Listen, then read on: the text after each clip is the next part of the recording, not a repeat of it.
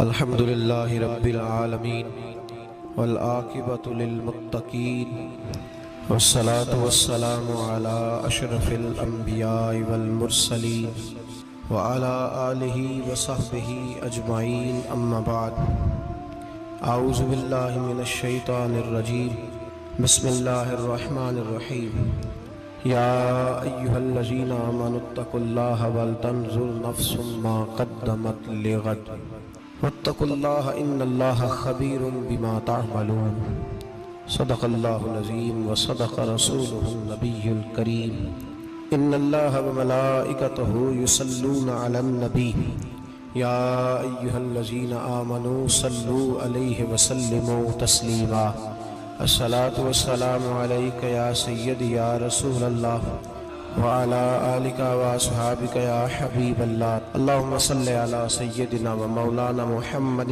معدن الجود والکرم وآلہ وبارک وسلم۔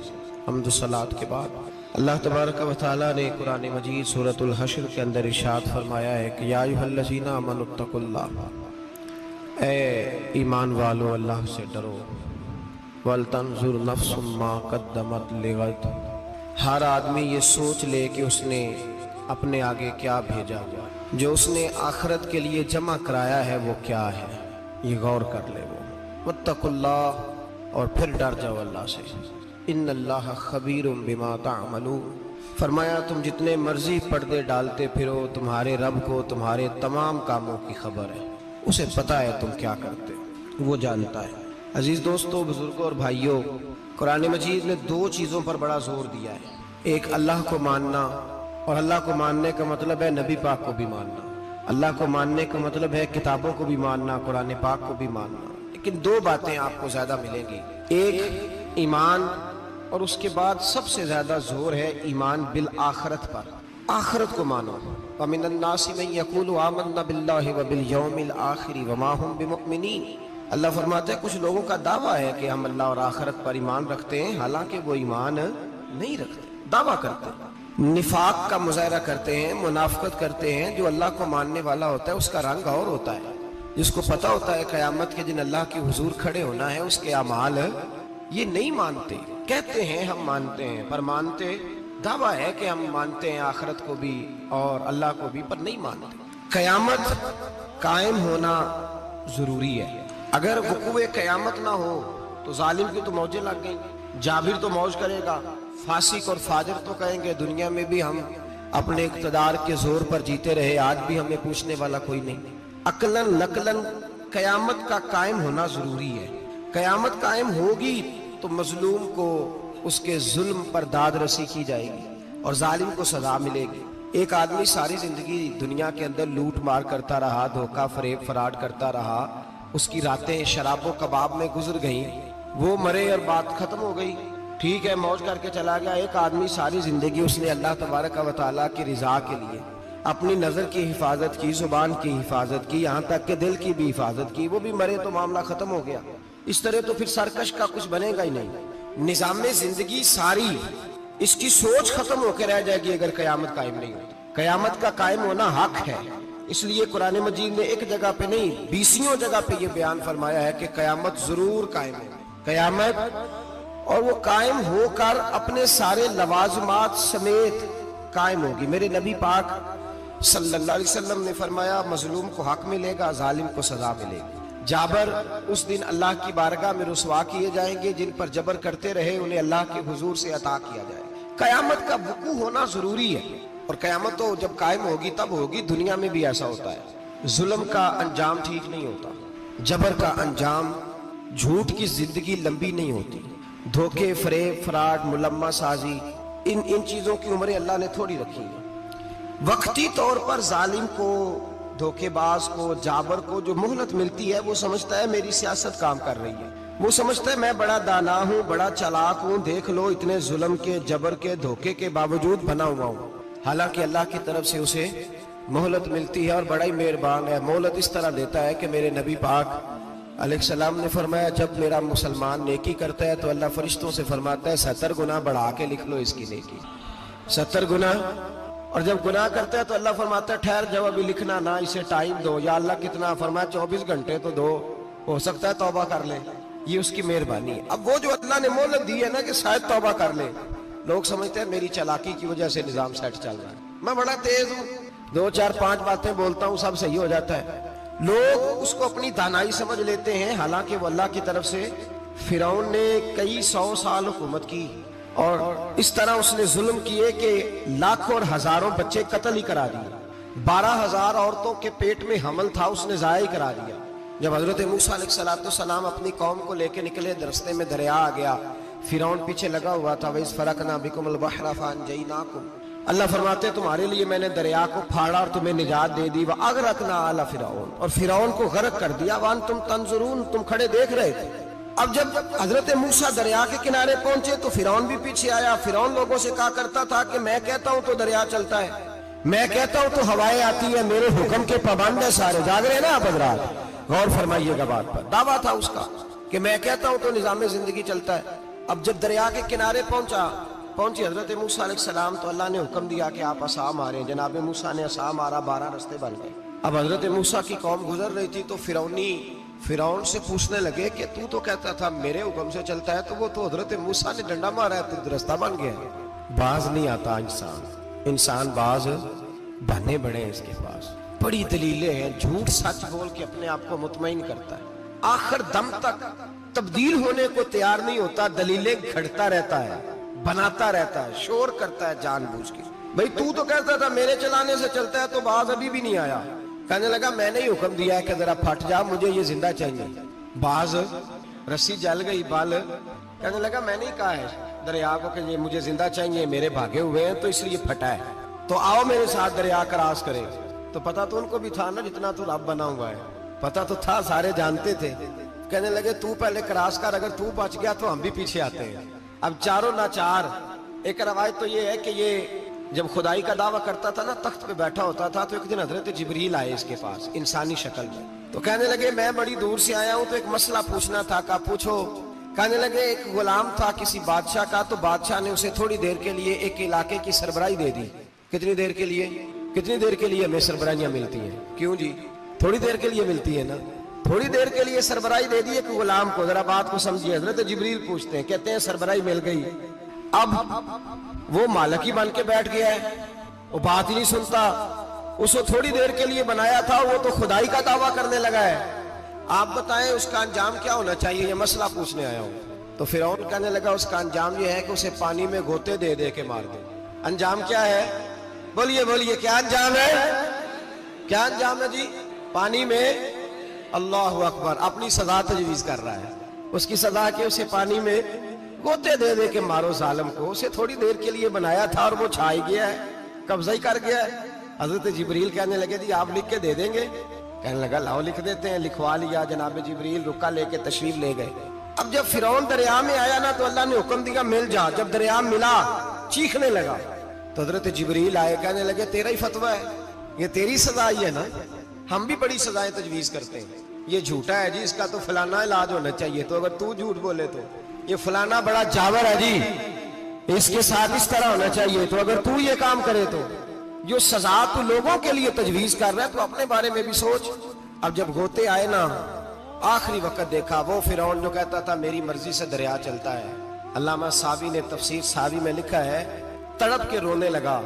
جب یہ مزاج ہے، ایک دفعہ اوپر آتا ہے آدمی جب دریا میں جاتا ہے، اوپر آیا تو چیخنے او میرے حواریو خدا کا واسطہ مجھے بچاؤ۔ کہنے لگے تو کہتا تھا میری مرضی سے چلتا ہے، بے بسی ہے، تڑپتا ہے، روتا ہے، وارث شاہ مان کری نہ وارثہ دا، رب بے وارثہ کر کے مار دائی، تڑپ رہا ہے، چلا رہا ہے، کوئی مدد کو نہیں پہنچتا۔ اب جب آخری گوتا آیا تو کہنے لگا آمنا برب موسیٰ و ہارون، میں موسیٰ کے رب کو بھی مان گیا، ہارون کے رب کو بھی۔ اللہ نے فرمایا نہیں، اب تیرا ماننا قابل قبول ہے، اس وقت ماننا تھا جب تجھے مہلت دی تھی، جب تو جوان تھا۔